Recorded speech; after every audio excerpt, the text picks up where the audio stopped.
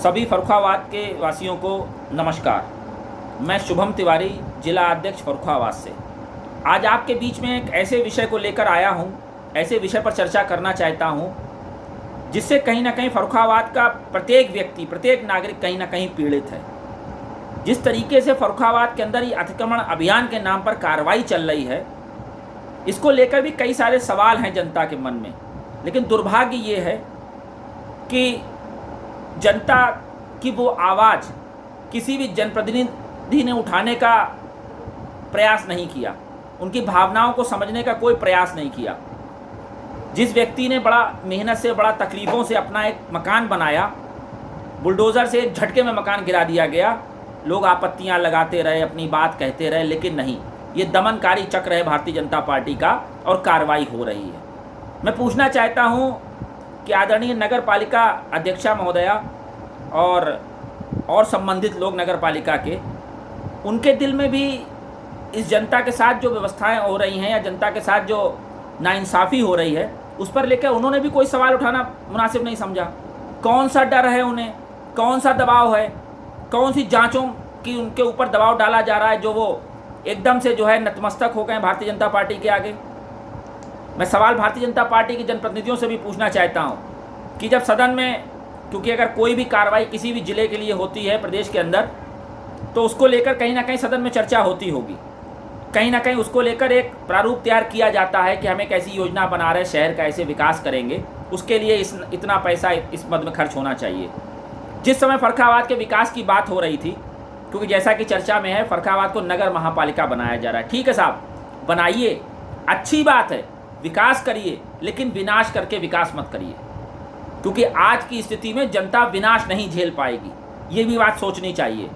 जनता ने इतना बड़ा मैंडेट दिए भारतीय जनता पार्टी को, क्या सिर्फ इसलिए कि जो बुलडोज़र अपराधियों पर चलना था, आदरणीय मुख्यमंत्री जी ने कहा कि अपराधियों पर बुलडोज़र चलेगा, वो बुलडोज़र आज व्यापारियों पर चल रहा है, गरीब इंसान पर चल रहा है। क्या ये सब अपराधी हो गए हैं? क्या वो नीतियां बदल गई हैं या वो सोच बदल गई है? क्योंकि जिस तरीके से बुलडोज़र की कार्रवाई हो रही है, ये कहीं ना कहीं निंदनीय है। लोग कह नहीं पा रहे, आवाज़ों को दबाया जा रहा है। मैं पूछना चाहता हूं कि जब नगर महापालिका को बनाने का प्रस्ताव रखा गया, तो मुआवजे की बात क्यों नहीं की गई? क्या फर्रुखाबाद बहुत संपन्न है? कौन सी ऐसी बात थी जो आपने फर्रुखाबाद की जनता को इस तकलीफ़ों को झेलने के लिए आगे बढ़ा दिया?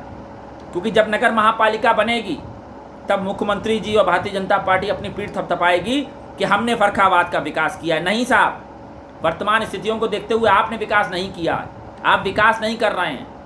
अगर नगर महापालिका बन रही है और इसी तरीके से बन रही है, बिना मुआवजे के बन रही है, तो साहब ये बनाने का पूरा जो दायित्व है वो फर्रुखाबाद के व्यापारियों का है और उन लोगों का है जो अपनी ज़मीन दे रहे हैं, जिस पे वो 50-50 और 100-100 साल से रह रहे हैं। तो किस बात की आपकी कार्रवाई?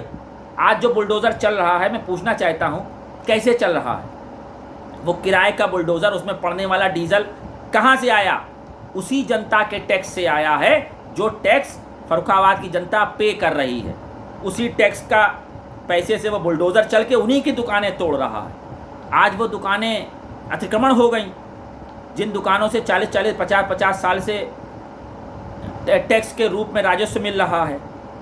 कई तरीके के सरकार टैक्स लेती है, व्यापारियों से अलग लेती है, नगरवासियों से अलग लेती है।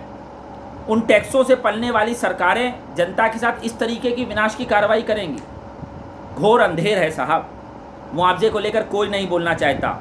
नगर पालिका अध्यक्ष जी, समझ में नहीं आ रहा है कौन सी मजबूरी है उनकी, कौन सी साठगांठ है, कौन सा ऐसा गठबंधन है, कौन सा ऐसा फ़ायदा है उनका कि जो नगर पालिका में लोगों ने उनको चुना है, वहाँ पर भी आके वो चुनी हुई भारतीय जनता पार्टी की सरकार के सामने अपनी बात नहीं रख पा रहे हैं, मुआवजे के लिए एक शब्द नहीं बोल पा रहे हैं। इलाकों में बांट कर राजनीति करी जा रही है। कुछ तो ऐसे लोग देखने को मिल रहे हैं कि साहब वो सत्ता दल के साथ हैं और अतिक्रमण अभियान को तुड़वा रहे हैं और आगे के चुनाव की तैयारी कर रहे हैं। क्या नगर पालिका सिर्फ धन कमाने का एक जरिया रह गया है? क्या राजनीति में सांसदीय और विधायकी सिर्फ एक धन अर्जित करने का जरिया रह गया? अगर ये रह गया है तो बड़ा चिंता का विषय है, क्योंकि आज जो स्थितियां देखने को मिल रही हैं नगर पालिका से जुड़ी हुई, तो ये कहना गलत नहीं होगा कि वही लुटेरे वही डोली के संग। शहर टूट रहा है, व्यापारी परेशान है। और देखिए साहब, क्या रवैया है, क्या दमदारी है कि एक दुकान को जब तोड़ा जाता है तो वहाँ सैकड़ों पुलिस वाले खड़े होते हैं। क्या वो एक छोटा सा व्यापारी क्या बोल पाएगा? क्योंकि 2 सवाल पूछता है, तीसरा सवाल पूछने की उसकी हिम्मत नहीं है। आज तक जो आपत्तियां आई हैं उस पर कोई जवाब नहीं दिया गया है। क्यों जवाब नहीं दिया गया है? क्या वो अपराधी हैं जो व्यापार कर रहे हैं? क्या वो अपराधी हैं? उनके हित की बात क्यों नहीं सोची जाती? ये वो प्रश्न हैं जिन पर मुखर होना चाहिए, लोगों को पूछना चाहिए। मैं आज अगर पूछ रहा हूं कि भारतीय जनता पार्टी के चुने हुए विधायक महोदयों ने इस विषय पर सरकार से क्यों किसी प्रकार की वो मुआवजे की बात नहीं रखी, कोई तो कारण रहा होगा।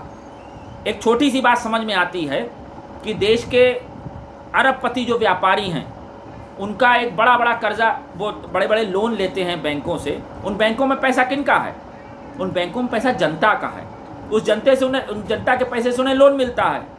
वो उस लोन को अपने व्यापार में लगाते हैं, व्यापार डूब जाता है, एनपीए हो जाता है, उनका वो पैसा वो कहते हैं डूब गया, सरकार उनका कर्जा माफ़ कर देती है। तो बड़े व्यापारियों का कर्जा माफ़ करने के लिए जो आप खुले दिल से कार्रवाई करते हैं, तो क्या मुआवजे के तौर पर जिनका आप घर दुकानें तोड़े दे रहे हैं उनको आप कुछ नहीं दे सकते?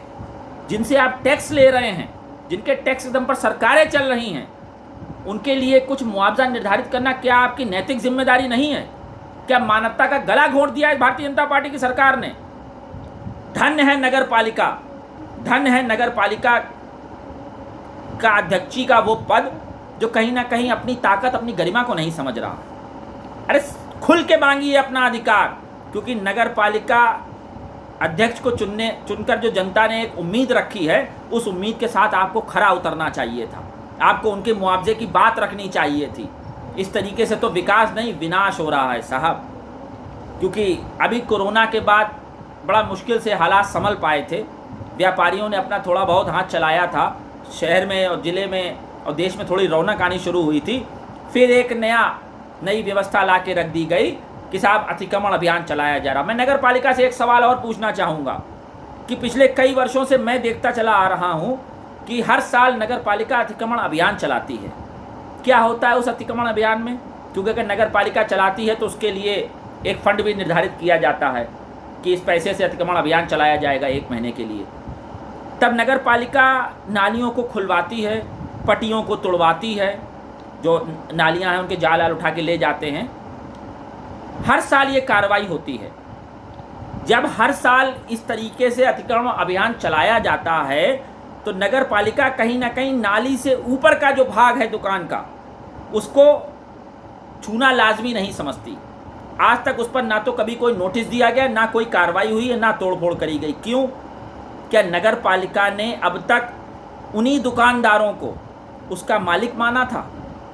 क्योंकि कहीं ना कहीं चाहे दुकान की बात हो या जो आज मकान तोड़े जा रहे हैं फर्रुखाबाद में, ज़्यादातर में जो है नगर पालिका का वाटर टैक्स और सब मिलता रहता है। तो जहाँ पर टैक्स मिलता रहता है वहाँ पर नगर पालिका और बाकी और व्यवस्थाओं में प्रशासनिक तौर पर कुछ नहीं गलत कहा जाता है, क्योंकि टैक्स लेना तो इनका अधिकार है।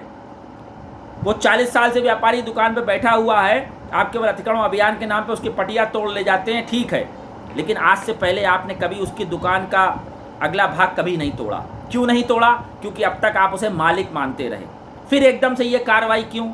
जब अब तक आपने उसे मालिक माना है तो आज की तारीख में नैतिकता के आधार पर आप पहले उसे मुआवजा दीजिए, उसे संतुष्ट करिए, फिर उसकी सहमति से अगर आप फर्रुखाबाद का विकास करेंगे तो ये ज़्यादा बेहतर होगा। क्योंकि जिस तरीके से ये वर्तमान भारतीय जनता पार्टी की सरकार बड़े उद्योगपतियों के साथ अपनी मित्रता रखती है, अपने संबंध रखती है, रख तभी पाती है जब जनता ने चुन के उनको वहाँ तक भेजा है। तो मेरा एक सीधा मानना है और सीधा एक कहना है कि जनप्रतिनिधियों को इस बात से जुड़ना चाहिए, जनता की भावनाओं को, तकलीफ़ों को समझना चाहिए। क्योंकि सिर्फ ये जो कार्रवाई है ये उन लोगों के लिए ठीक नहीं है जो सिर्फ पैसे के बंदर बांट को लेकर राजनीति कर रहे हों। इसमें जनता का एक बड़ा अहित हो रहा है। मुआवजा मिलना चाहिए, क्योंकि कहीं ना कहीं ये एक नैतिक अधिकार भी है। मैंने तो फर्रुखाबाद में देखा कि कई ऐसे मकान तोड़ दिए गए जो प्रधानमंत्री आवास से लोन लेके बनाए गए थे। क्या साहब जिस ज़मीन पर उन्हें लोन मिला, क्या उसकी कोई जांच पड़ताल नहीं हुई होगी? क्या कुछ लोगों ने उनके उस ज़मीन के कागजातों को पास नहीं किया होगा? कौन है वो लोग, कौन है वो अधिकारी जिन्होंने उस ज़मीन को पास कर दिया, उस पर प्रधानमंत्री आवास के लिए लोन दिलवा दिया? उन पर किसने कार्रवाई करी? किसी ने नहीं, कोई कार्रवाई नहीं, क्योंकि सरकार के लोग जो करते हैं वो ठीक है। और भुगतती कौन है? भुगतती वो जनता है जो कर्जा मांग कर आपके आगे हाथ फैलाकर अपना गरीब व्यक्ति मकान बनाता है, वो गुनहगार साबित हो जाता है, वो बैंक का कर्जदार हो जाता है साहब। लेकिन ये नीतियाँ, कोई शक नहीं, भारतीय जनता पार्टी की सरकार में ही ऐसी नीतियाँ बनाई जाती हैं जहाँ जनता को कुचला जाता है और बड़े से बड़े व्यापारियों का सहयोग किया जाता है। मैं चाहता हूँ कि फर्रुखाबाद के अंदर इसे महापालिका बनाइए, बहुत अच्छी बात है, लेकिन जनता को साथ लेकर, उनकी भावनाओं के साथ जुड़कर उनका विकास करिए तो बेहतर होगा। उनको विनाश की तरफ ढकेल कर आप विकास करेंगे, ये कहीं ना कहीं फर्रुखाबाद के साथ दोहरी मानसिकता के तहत जो कार्रवाई हो रही है ये गलत है, ये निंदनीय है। जनप्रतिनिधियों को सोचना चाहिए कि जनता को आप बलपूर्वक दबाकर, मुकदमों के डर से दबाकर उनकी आवाज़ तो दबा सकते हैं, उनकी अंतरात्मा को तो मार सकते हैं, लेकिन ये नैतिकता के आधार पर गलत निर्णय है। क्योंकि सरकार इतनी गरीब नहीं है। जब अपनी पीठ थपथपाने की इतनी आदत है, अपनी नाम बड़ी करने की इतनी आदत है भारतीय जनता पार्टी को, तो मुआवजे की भी बात करिए उन गरीबों के लिए, उन व्यापारियों के लिए जो टैक्स देते हैं और टैक्स के दम पर आपकी सरकारें चल रही हैं, उन टैक्स के दम पर आप बड़े व्यापारियों को फ़ायदा कराते हैं। मैं सीधी बात करता हूँ, मेरी बात बुरी ज़रूर लग रही होगी, लेकिन आखिर कौन सी ये व्यवस्थाएं हैं, कौन सी साझेदारी है नगर पालिका और भारतीय जनता पार्टी के जनप्रतिनिधियों में कि सब मजबूर हैं, कोई बोलना नहीं चाहता। ये हो सकता है कि शायद कुछ जांचों का डर हो, ये हो सकता है कि कहीं ना कहीं फंस जाने का डर हो, ये हो सकता है कहीं ना कहीं आर्थिक चोट पहुंचने का डर हो वर्तमान जनप्रतिनिधियों को इस सरकार के द्वारा, लेकिन ये गलत है। ये आपकी अपनी एक सोच है और इससे इतर हटकर जनता के हित में बात सोचनी चाहिए, वरना इस तरह से इस अतिक्रमण अभियान के दौरान अगर मुआवजा नहीं दिया जाता है जनता को, तो ये विकास नहीं, ये विनाश की ओर अग्रसर कर रहा है। लोगों को और 10-20 साल पीछे ढकेलने की व्यवस्था करी जा रही है, जो कहीं ना कहीं घोर निंदा का प्रश्न है। इस पर चिंता करिएगा। कहीं ना कहीं मैं समझता हूँ कि जिनके अंदर नैतिकता जिंदा है वो मेरी इस बात के साथ ज़रूर जुड़ेंगे। ये एक पीड़ा है जो मैं सच्चाई के साथ रख रहा हूँ। मैं प्रशासन का विरोध नहीं कर रहा, मैं उस नीति का विरोध कर रहा हूँ जो इस भारतीय जनता पार्टी में एसी कमरों में बैठ के बनाई जाती है और सदन में पास करा ली जाती है। यही एक तकलीफ होती है कि विपक्ष अगर वहाँ पर नहीं है तो कोई भी आप तानाशाही रवैया अपनाइए, आपको ना कौन करेगा। मैं मांग करता हूँ अपने इस वीडियो के माध्यम से कि फर्रुखाबाद की जनता की तकलीफ़ों के साथ जुड़ते हुए जनप्रतिनिधि इस कार्रवाई को तत्काल प्रभाव से मुआवजे के साथ जोड़ें, कार्रवाई करिए, फर्रुखाबाद बनाइए, विकास करिए, लेकिन नैतिकता के आधार पर उनका उतना नुकसान भी मत होने दीजिए, उन्हें भी मुआवजा दीजिए ताकि वो अपनी ज़िंदगी में आगे भी कुछ ऐसे कदम बढ़ा पाएँ, तो अपने मकान को, अपनी दुकानों को दोबारा से इस तरीके से सजा पाएँ कि फर्रुखाबाद देखने में खूबसूरत रहे। तब होगा फर्रुखाबाद का असली विकास। धन्यवाद।